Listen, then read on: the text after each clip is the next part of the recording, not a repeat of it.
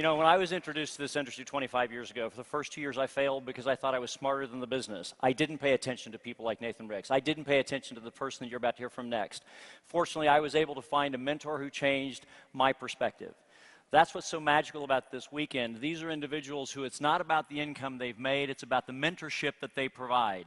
And I think that all of them individually, if you were to walk up to them, you know, during the breaks or during a private moment, all of them would say that they have one thing in common. They had great mentors who allowed them to flourish.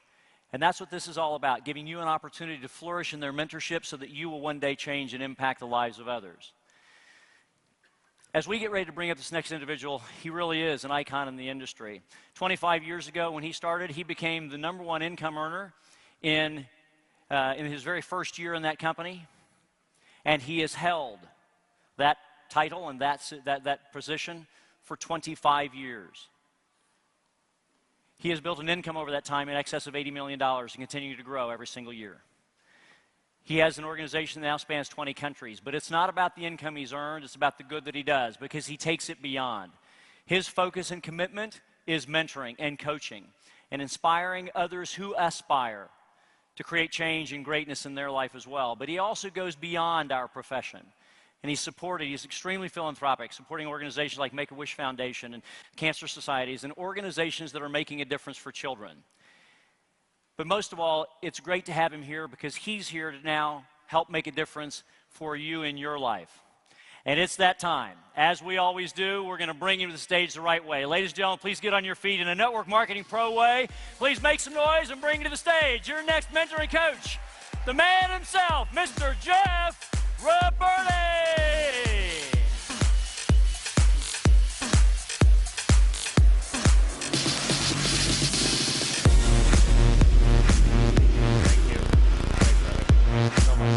Thank you. Thank you. Thank you. Are you ready? You guys have been sitting for a while. Let's have everybody stand back up again, if you would, and get at least 5 hugs and kisses from your GoPro family here.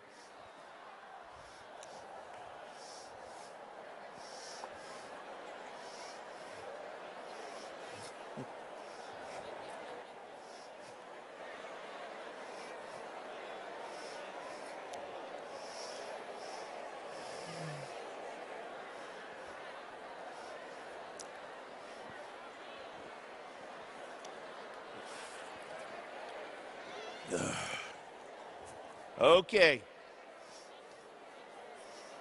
All righty.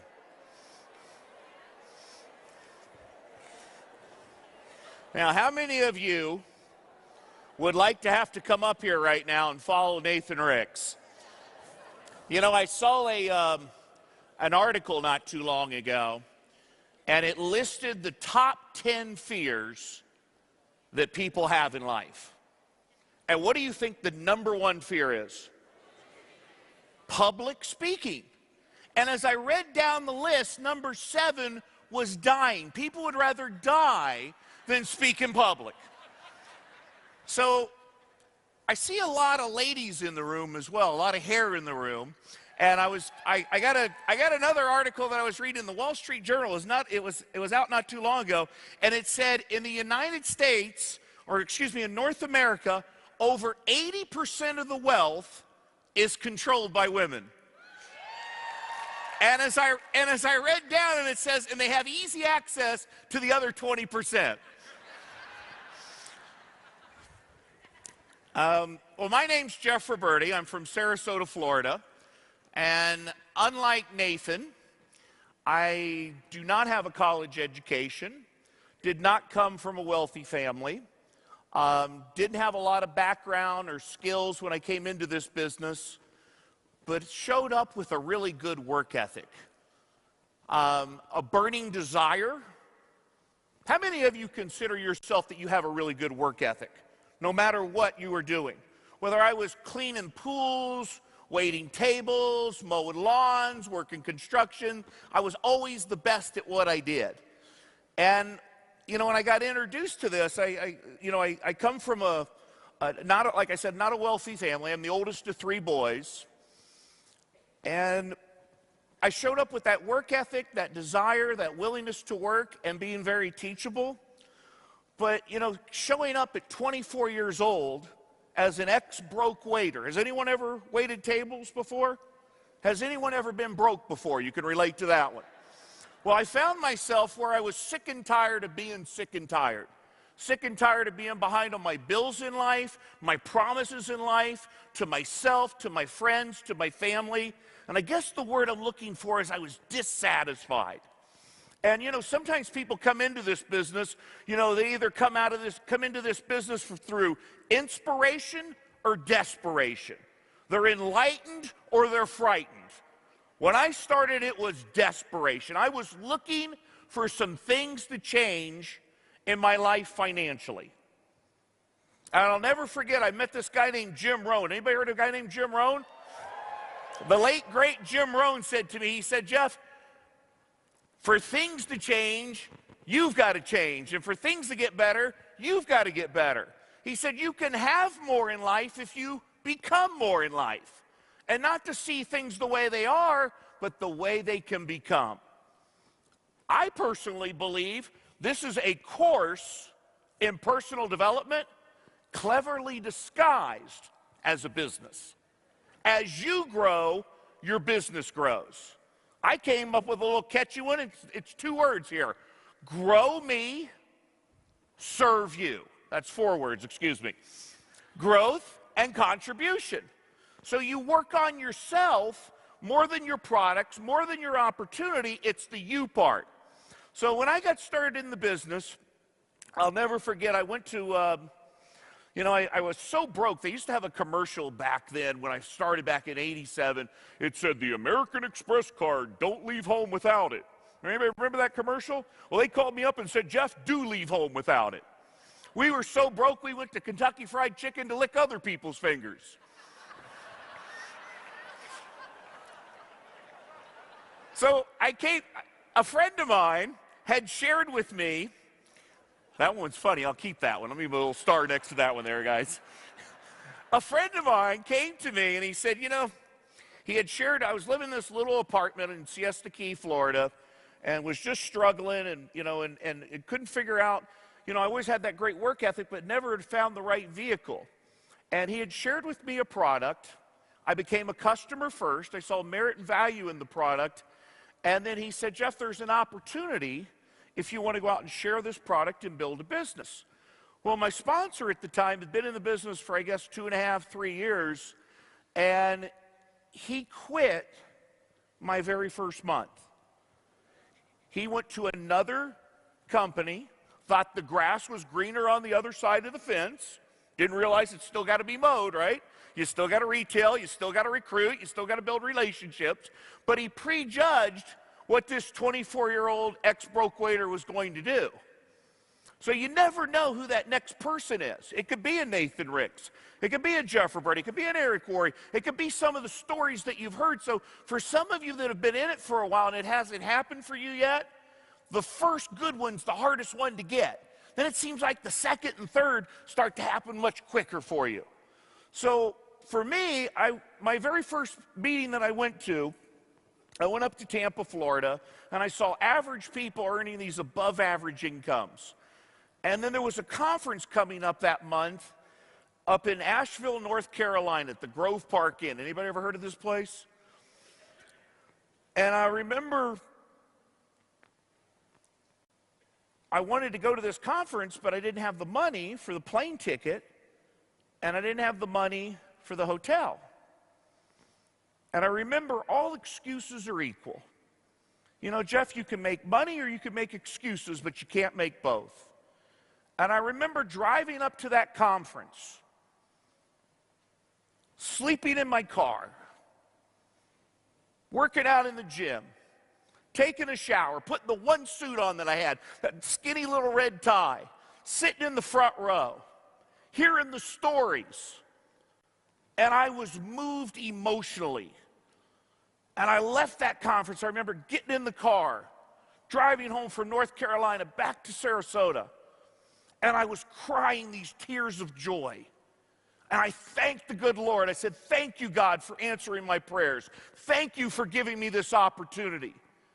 And I'll never forget where I came from. Why am I here tonight? To pay it forward. It's out of inspiration, not desperation. That's why I'm here tonight. So I remember coming home from that. You know, we tear up that list of excuses. You're too young. You don't have any experience. You don't have any education. You know, this is not, you know, your sponsor quits. All these excuses. And I remember,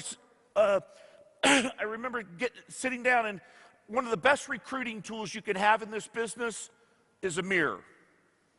And I remember saying, you know what? Don't look up line. Don't look down line. Look in the mirror. If it's to be, it's up to me. And I said, you know what? I'm going to go to work on myself. And I'm going to lead by example. Be the best distributor in my organization. You know, the type of person that inspires yourself, that inspires other people. Employing yourself, holding yourself accountable, having very high standards. And I went to work and I started sharing a product, sharing an opportunity with consistency of discipline on the paying activities. Over and over and over again. And anything you do consistently long enough, you get better and better at doing it. I'll never forget, I met a guy named Zig Ziglar. Anybody heard of a good old boy named Zig? Zig said to me, he said, Jeff, if you help enough other people get what they want out of life, you'll have everything you want out of life. So my focus was not on me. My focus was on going out there and caring more about the customers and the results they got more so than the income I was earning. The focus was helping those new distributors, getting off to a fast start and helping them. And not, I didn't go in, you go into a relationship to give, not to get. You're not measuring what you get in return. People don't care how much you know until what? They know how much you care. So I went into the business, and with some of these things that I understood, I started leading by example and building the business here in the United States. I started in Florida, then I went across the United States and worked in all the different states, Canada, then I went over to Europe, and I've been now in over 25 countries that I've opened. Personally gone in there and set up leadership. Always stayed in the recruiting and the building mode, the production stage. Never fell into the management stage. And today, I've made my fortune. But today, it's out of inspiration, not out of desperation. I decided long ago, I was telling Jordan over here, I decided long ago to retire into my business, not from my business. And the reason is because somebody sitting here in this room tonight, it's your grand opening. It's your kickoff. It's your chance. It's your dreams. And I'll never forget what it meant to me when somebody shared this with me. A chance to make a difference. A chance to be part of something bigger than yourself. A chance to be part of something that's mission-driven, cause-oriented, a movement. I loved what Eric was talking about earlier tonight, about the why part. You know, there's two parts to our business, guys. The first part is the science of achievement, where you achieve and you produce and you build. The second part of our business is what I call the art of fulfillment. The art of fulfillment, where you have something that there's meaning and purpose. Something that you know, life's not about me, life's about we. Where you've got something that you get emotional and spiritual revenue from. Our business is rich in relationships, love and connection, growth, contribution, all these needs. So I remember saying, you know what? To stay in this business and to keep paying it forward. Not to be a selfish leader and have your fortune and sit in your ivory tower on the beach, but no, to keep paying it forward. Keep making a difference. Keep making an impact. My huge why in the beginning, Eric, was this. When I was a young kid, my father died at an early age. He had a massive heart attack. I got a phone call at 4 o'clock in the morning. No second chance. Worst day of my life. But I turned the worst day of my life into the best day of my life. Because it's not what happens, it's what you do with what happens. It's not the event, it's the meaning you give it. And this was my driving force. I give it all back today. The 80 million, the 4 million plus a year, the hundreds of thousands of dollars a month in commissions, to have got my own father on a great product, a nutritional product. For those of you who are in the wellness industry, that's what I focus on, is I'm in the wellness business. And it just might have saved his life. So today, it's not an opportunity, it's a responsibility. When you know what you know, whether your product or your service, how you feel about it. So for me, I took that as a driving force. My why, my other big why was this. And maybe some of you can relate to this. I remember as a kid sitting in the back seat of my mom's car. And she would drive us someplace. Like I said, I'm the oldest of 3 boys. My mom was a very proud mother, but her car wasn't the nicest car. It had some rust on it. It had some dings, and you could feel people talking. She acted like it didn't bother her, but I knew deep down inside it did. And I remember saying to myself, Jeff, if someday, if I could, I would, I'd like to help my mother and father. If I could, I would, I'd like to help my grandparents. If I could, I would, I'd like to help my favorite charities. If I could, I would. So my why in the beginning, guys, was this. My first car that I bought, after having a little bit of success, after investing back into the business and building it and burning that midnight oil and putting in those 10, 15, 20-hour work days, the first car I bought was the car of my mother's dreams. And thank you. And without her knowing, by the way, I found out that my mother had really expensive taste. And without her knowing, I went out and bought this car for her, paid cash for it, put in all the bells and whistles, every option you could put in. Hey, if you're going to shoot a king, kill him, don't wound him, right? If you're going to do it right. And I remember getting, the gas card for her and paying for the insurance. And she's up in the mountains up north and had the car sitting out there on Christmas morning. And the morning dew's on the car and there's a big bow on the hood. And my mom comes out. She doesn't know the car's out there and it's Christmas morning. She comes to the door. I hand her the keys. She sees the car. I tell her how much I love her. And I see these tears of joy flowing down my mother's face. I thought I was the one that was giving. I was the one that was receiving. And I think about that why in the beginning. That was what was driving me to do that. I mean, how many of you would like to be able to do that for your mother? How many mothers would like your son to do that for you? Better question.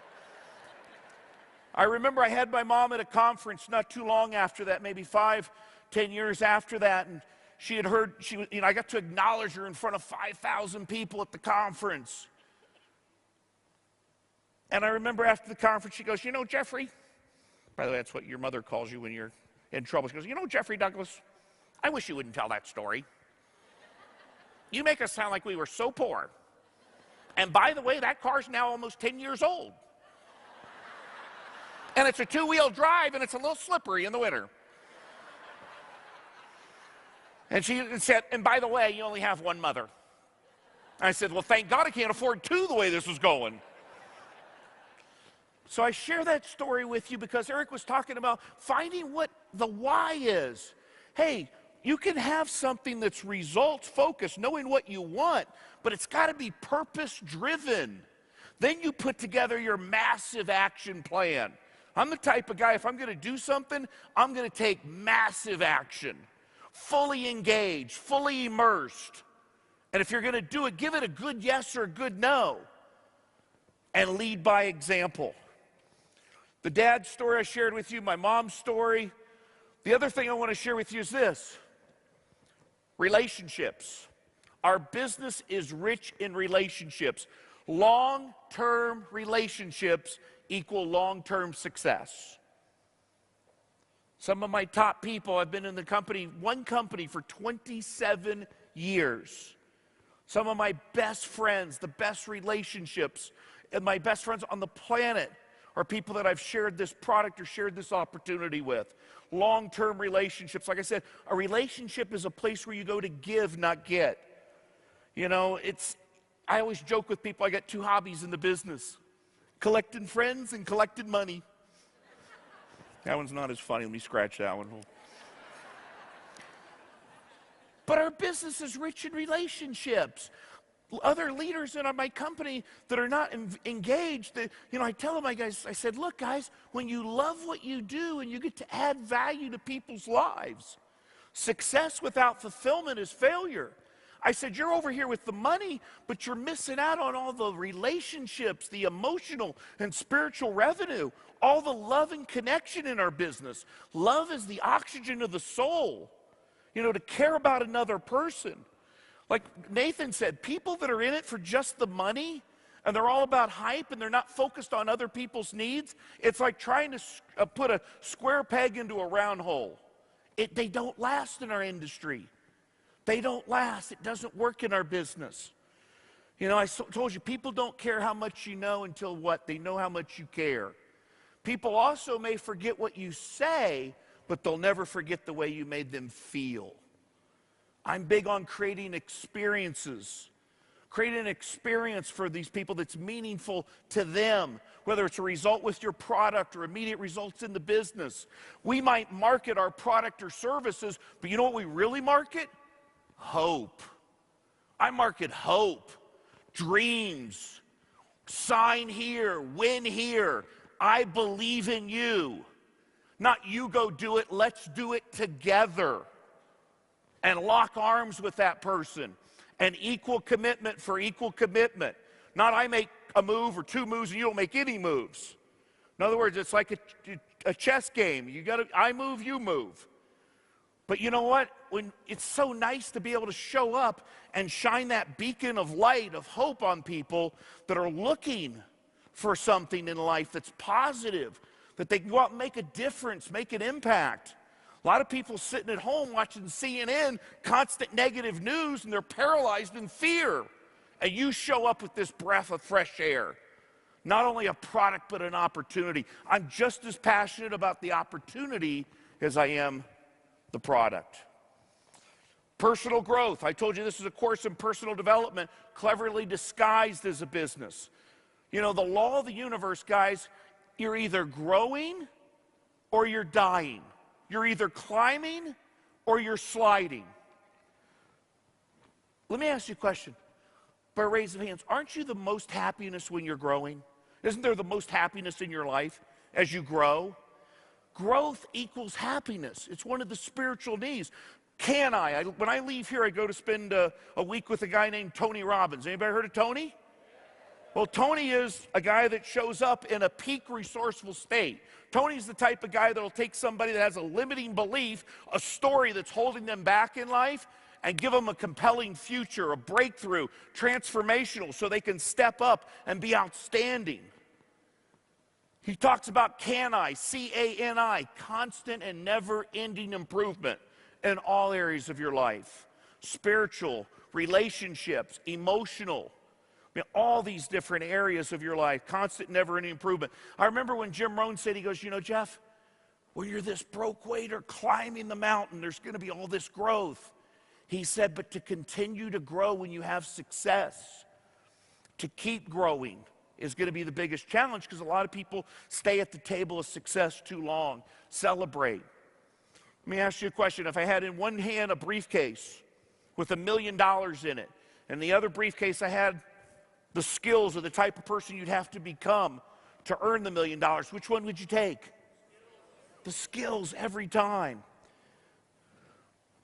If you're green, you grow. If you're ripe, you rot. That's not funny either. I'll leave that one alone. Contribution, making a difference. Paying it forward, emotional and spiritual revenue. The Bible says, find a way to serve the many, for service to the many leads to greatness. Having something that matters beyond yourself, where you have something that you can just take it and go beyond yourself. I'm not going to spend a lot of time because it's getting late. I do want to talk about this, though. I'm going to skip over a couple things here. By the way, this is what I train out of, guys. I don't know if you got a camera. A journal. I use a journal, and I take notes in a journal, and I take notes. And here I'll give you $1 million secret tip. Take notes this weekend, not as if you're taking notes for yourself, but take notes as if you're going to teach it to someone else.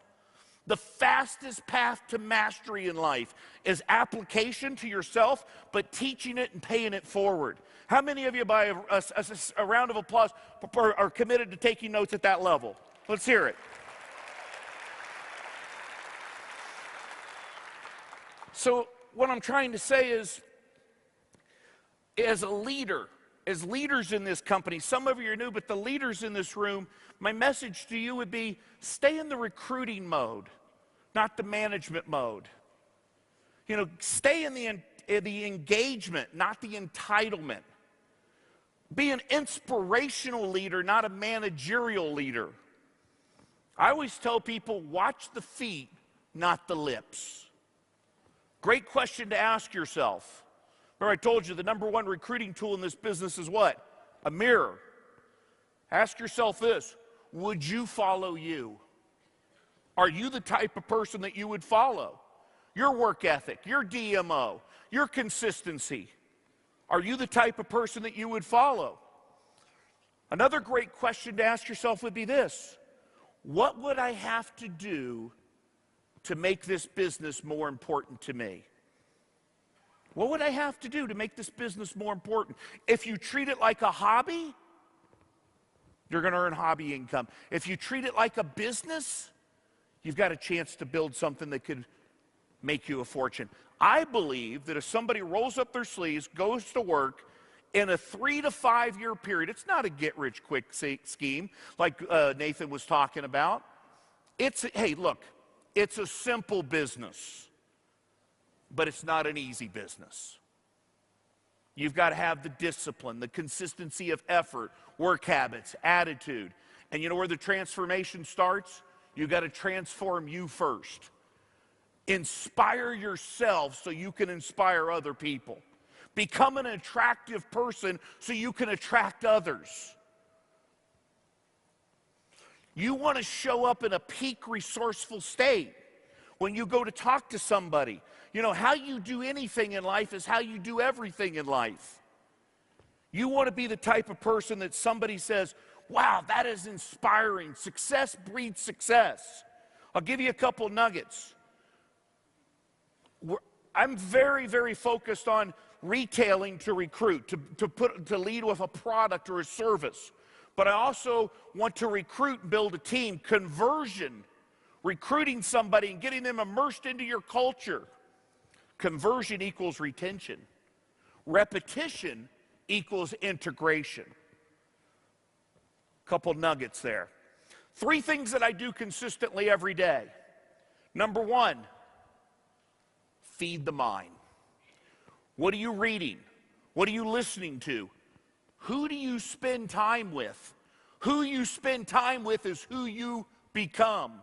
Some of my friends, they were negative and always trying to hold me back, and I had to leave some of those friends behind. Feed the mind, condition the body, and connect spiritually every day. The other 3 things that I focus on consistently building the business is #1, putting other people's needs ahead of your own.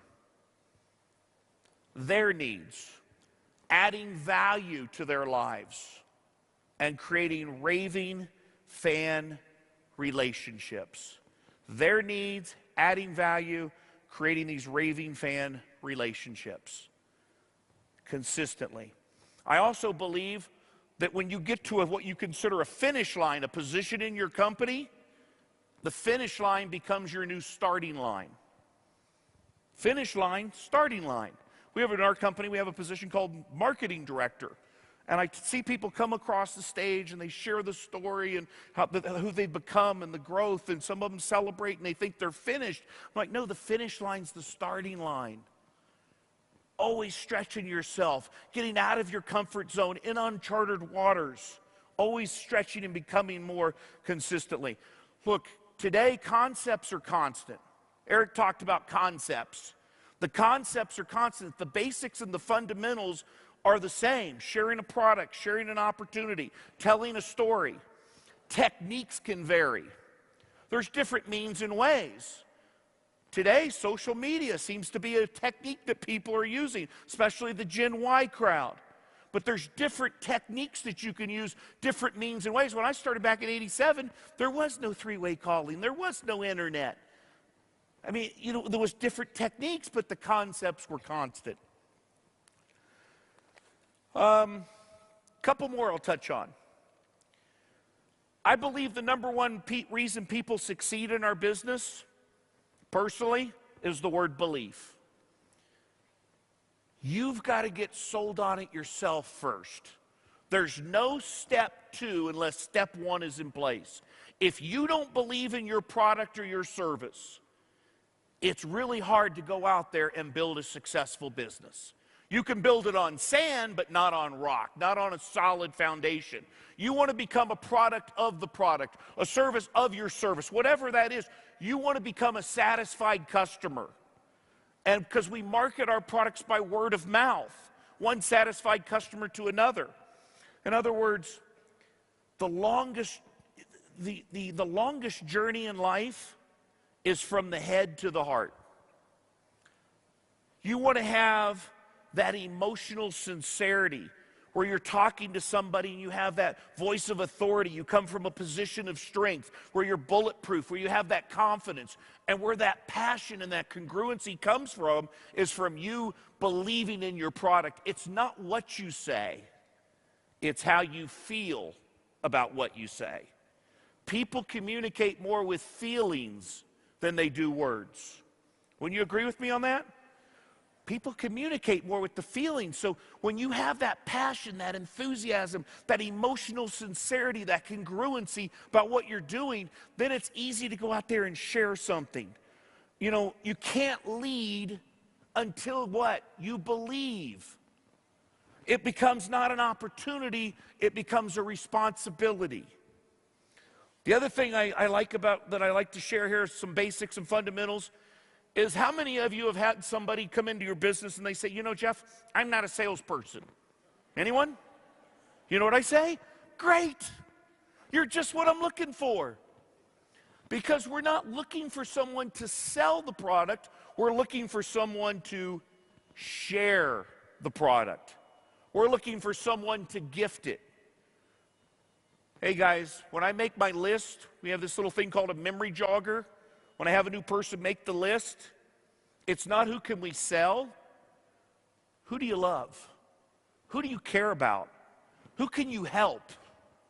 A little different question.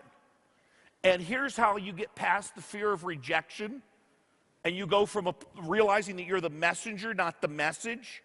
When you make the shift from your head to your heart, and it's not about me, me, me, me, me. If you truly are gifting and coming from a servant's heart, and you're putting their needs ahead of your own, and you're truly focused on adding value to their lives and creating those raving fan relationships, all the fear of rejection should go away because you truly are coming from a place of love. You truly are putting their needs ahead of your own.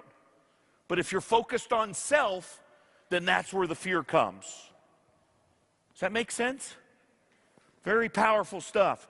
And I believe as your check grows, as your income grows, it's a measuring stick. As your income grows and your check grows, the bigger impact you've had, the bigger difference you've made on people's lives, the more lives you've touched with your product or your service or with your business. So the check is a measuring stick. The other thing I'll share with you is this. The third one is, how do you discipline your disappointments? You know, I can share with you this journey over the last 27 years, things that worked, things that didn't work. You know, there's been a lot of lessons, a lot of blessings, a lot of growth, a lot of adversity and things that I had to overcome. And there was some of the lessons were this. What do you think the number one reason people will fail in our industry? The number one reason people fail in our industry is they start to listen to negative people. How many of you have any negative family members out there? Show of hands. If you can get past your family, you'll become a millionaire in our business. My mom's still waiting for me to get a real job.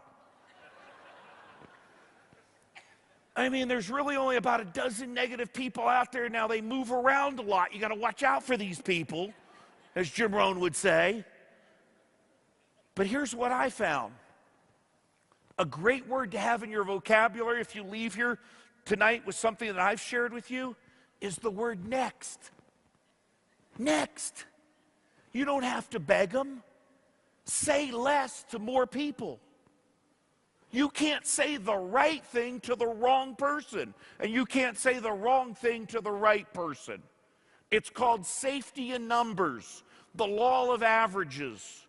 How many of you watch baseball? Anybody know the game of baseball? How many of you got to raise your hand no matter what I say? How many of you like the idea of making money whether you work or not? Show of hands. How many like to stay at home and work in your underwear? How do you like for your children to have wealthy parents? Okay. Baseball. Here's an example in baseball. They get up there and they swing the bat. They strike out 7 out of 10 times. They only hit the ball 3 times out of 10. And they get paid over $4 million a year. You don't have to bat 1,000%. Here's what happens. We find ourselves, and I was guilty of this, where I'm begging people, family members, co-workers, neighbors, begging them to get on my product, begging them to get in my business. Versus, you know what? I put them on a drip list, and I keep moving forward. Say less to more. Safety in numbers. The greatest teacher of all times, when he was putting together his organization, not his top 5 or his top 10, his top 12. And he was teaching and training them before he sent them out into the streets. 2 by 2, word of mouth. And he said, 1 minute, gentlemen, before you go out there. Not every home will be to your accord. Make sure you shake every grain of sand from your shoes before you leave.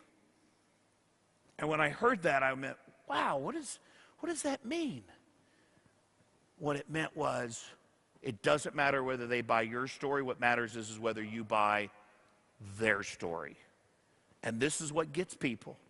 They start to get that stinking thinking, people that need a checkup from the neck up, right, as Zig would say, and they start to buy their story. And how do you deal with the no's, Jeff?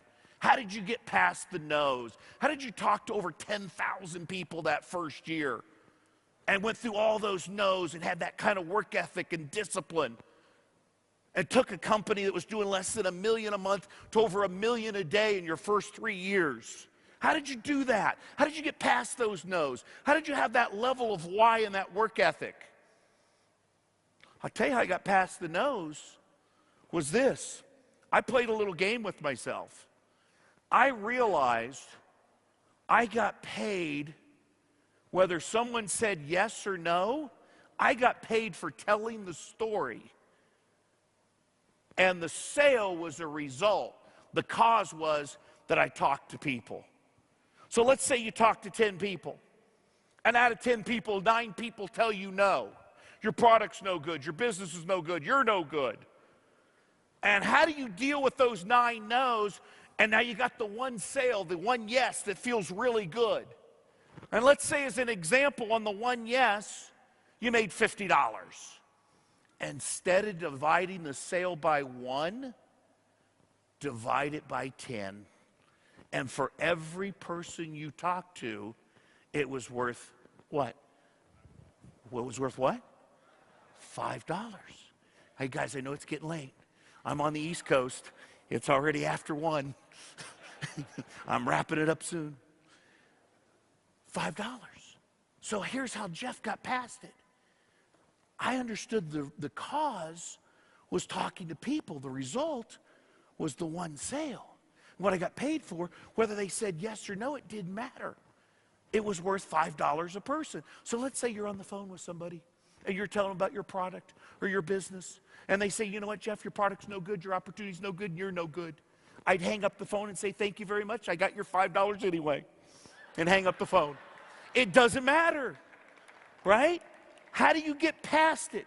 Some people say, well, you know, I don't get it. I don't get it. What part do you not get? The big money or the free time here? Help me. Help me out. What do you not get here? Some people you just got to say next. How many have some distributors in your business that you feel like all you do is push them? You want it more for them than they want it for themselves. Yes? It's easier to give birth than raise the dead.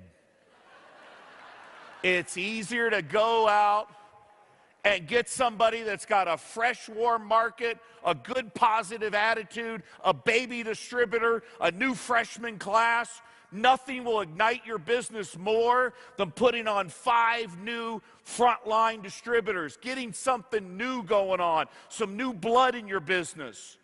It's easier to lead than it is to push.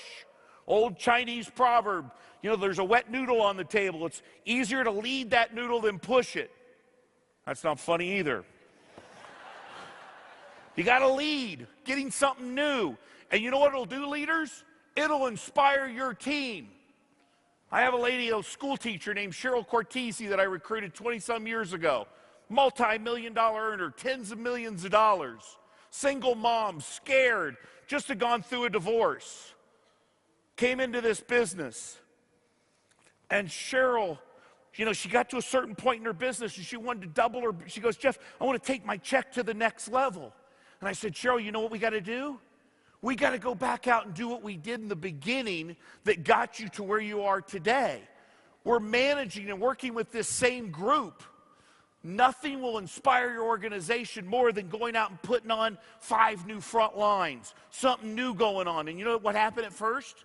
Some of her leaders were mad at her because they weren't the issue. What are you doing? You're over here working with somebody else and not focused on me years later? But you know what happened? It inspired them because they respected what she was doing, she was leading, and it inspired them to do the same. I've had people in my business, you know, that say, you know, they get this negative thinking, this negative self-talk. I had a lady come up to me and she goes, you know, Jeff, Mr. Positive, I can't get anyone to buy this product. And I said, okay, is there anything else I can help you with?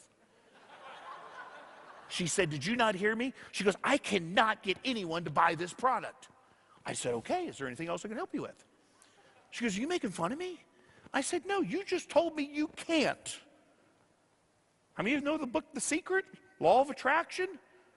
Positive thinking? I said, if you're putting that out there, what the mind can conceive and believe it'll achieve, I wouldn't buy it. I had another lady come up to me, she goes, you know, Jeff, I'm a very happy person. I said, well, you might want to tell your face. I wouldn't buy from you. What happens is people start getting, if you went and saw a lousy movie, would you go see it 1,000 times over again? No. But some people play the same lousy record, same lousy movie in their head over and over again. You got to get yourself in a peak resourceful state. Change the focus, change the language, change the meaning. I've become a master of meaning, what things mean.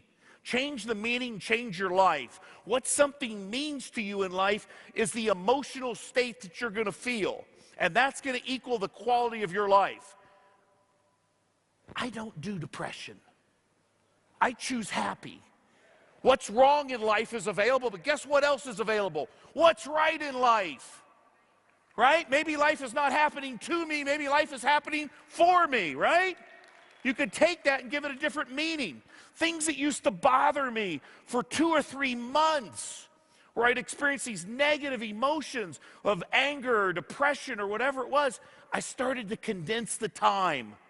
I started developing these skills, and I got it down to 2 or 3 days, I got it down to 20, 30 minutes, and now it's 20, 30 seconds. I changed the meaning, I changed the language, I changed the focus, I changed my physiology, and I give it an empowering meaning and keep moving forward. The last thing I'll share with you is this. Last year was a very challenging year for me. in 2012. Things were going great, moving along, building all these markets, top of the world. Thought I was just invincible. Was down in the Bahamas, got cut up on some coral reef, didn't think anything of it, came back home and realized that I had gotten a bacteria in my blood. And I had what's called toxic shock syndrome, where your body goes septic, your vital organs. And God humbled me. He brought me to my knees. He got my attention. And I found myself in ICU, and I was fighting for my life. I was down to 10, 15% survival rate, and the doctor said to Joanna, we're going to have to put him in a coma. Put him on a ventilator, dialysis. We can't stop it. She went outside, made a phone call, and in our networks, your different companies that you're involved in, we've always talked about the company with the heart and our family. I didn't really know what that meant until I was sick. The amount of love and prayers and support that I felt from that organization, all those years of those relationships, the prayer groups, I believe saved my life. I really do.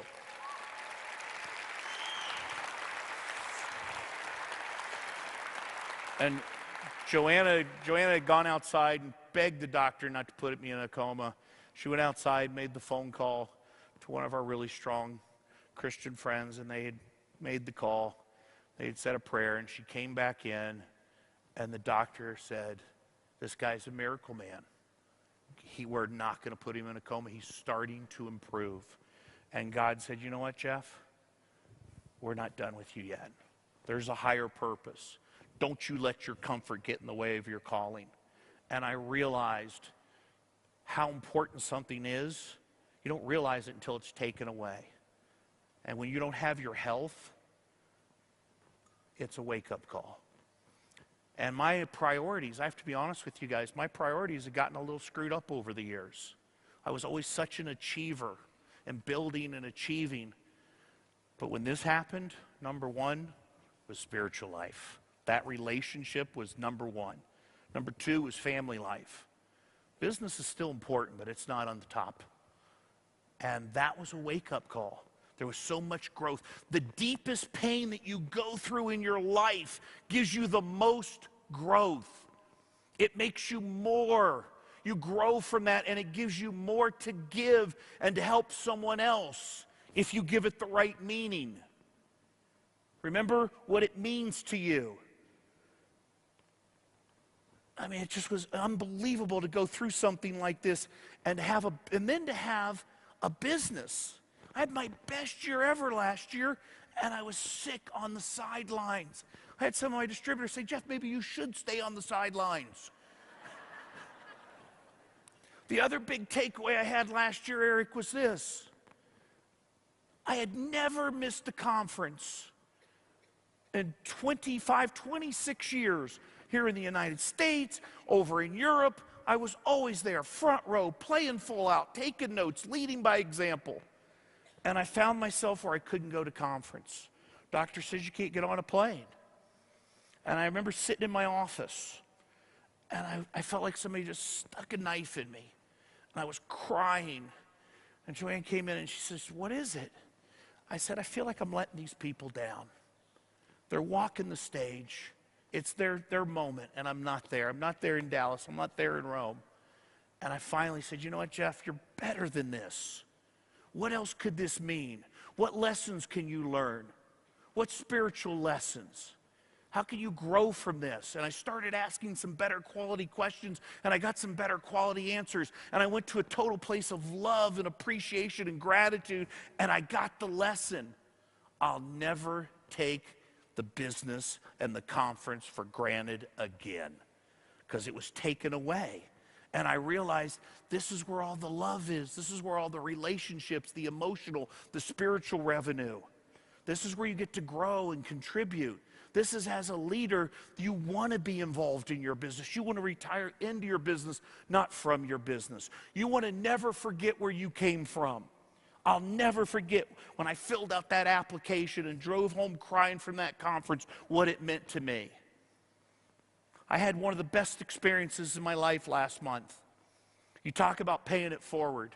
It was the proudest I'd ever been to be involved with this company. Our president and founder is based out of Memphis. He's a big supporter with St. Jude's, Volunteers of America, and also the Boys and Girls Club.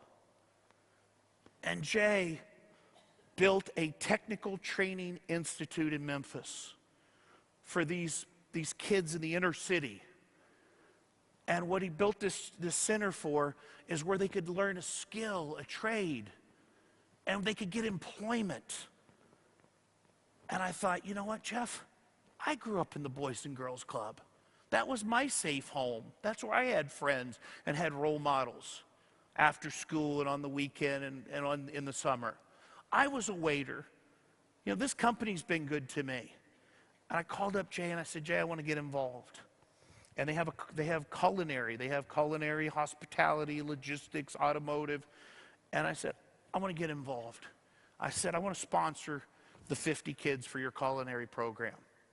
And it was a commitment. It was $1,200 a kid. It was $60,000 a year. And I said, it's not one time, it's lifetime, Jay, I'm in. And I want to help you take this as a model and take it around the country.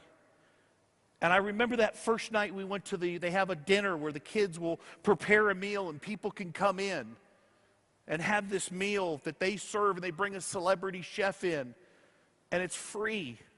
And they have a fundraiser dinner from this. And that first night when I went around and saw these kids and I saw the hope and the look in their eyes and the chance that they had, I went home that first night and I was crying. Joy and I were just crying our eyes out. And came back that next night. And Jay brought me up and said some nice things about me. And I remember having those kids standing there and I said, tonight you can make a donation. But tonight you could also just have a meal, but you could also make a friend. You could build a relationship. And it was one of the most proudest moments I'd been ever in the 27 years with this company. Thank you.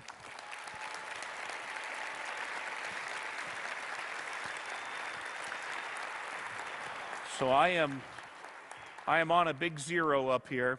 What I'd like to do now is I'd like to have, if you guys would give Eric and Marina, if you guys would come on up stage and give them a big hand coming on up here.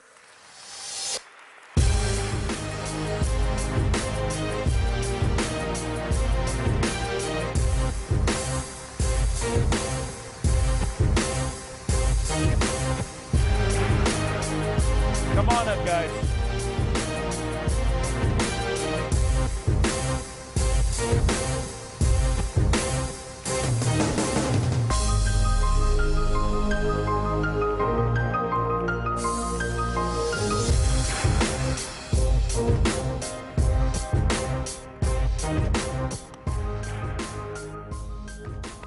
Got a little gift here for him. It's the thought more than the actual gift, but it says Network Marketing Pro, Las Vegas 2013.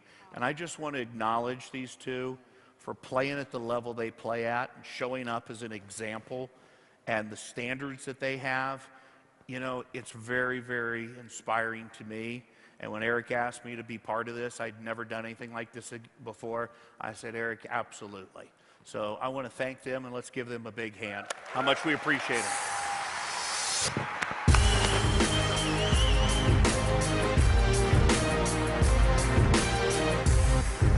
Thank you, guys.